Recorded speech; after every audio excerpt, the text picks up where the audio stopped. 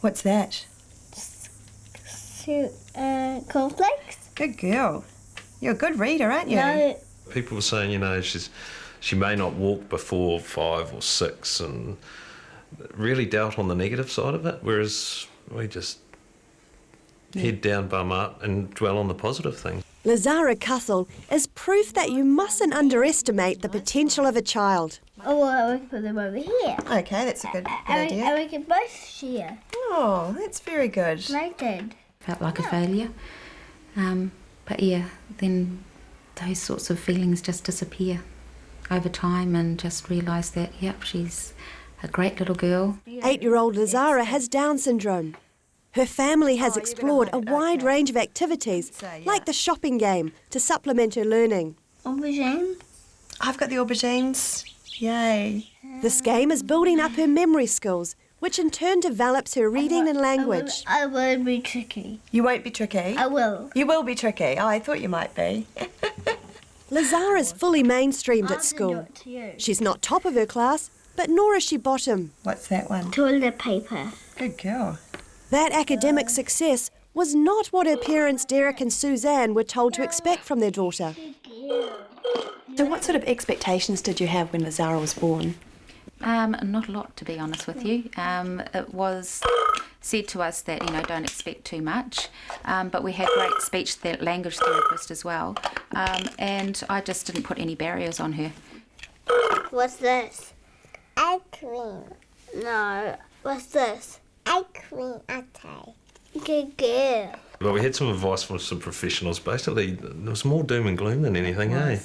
They sort of dwelled on preparing yourself for what you can't do, whereas, you know, we basically ditched all of them, and we just, no, she's our kid and we'll try our hardest, and she's proved us right every single time. What are you writing? I am at home. So Suzanne, what sort of things have you done to sort of help her along the way? First of all, we actually went Makaton, which is for communication for like sign language, and that helped out a lot. And then I did lots of just like lotto boards and things like that, so just with one actual word at a time, and built up her vocabulary because she's a visual learner, so it was a lot better to have like a picture and then build it up with the words. So that's what it started, and a lot of games. So lotto games and things like that as well. Mum, just go play that thing there. Charades? Yeah, charades. Yeah, we'll play charades in a minute, sweetheart. No. Oh, you know this one. Oh, armpits. No. A monkey. Yes. Yay. I put it down to her mother and her addiction to helping her, because she does, night and day. Suzanne takes a real big interest in what goes on, not only at school, but at home. And basically everything Lazara has to do is an education-based thing. Research has shown that teaching kids with Down syndrome to read can accelerate their development, something Suzanne believes is vital. No. She's been tenacious, finding out as much as she can about Down syndrome and strategies to help Lazara. So much so, she's trained to be a teacher aide.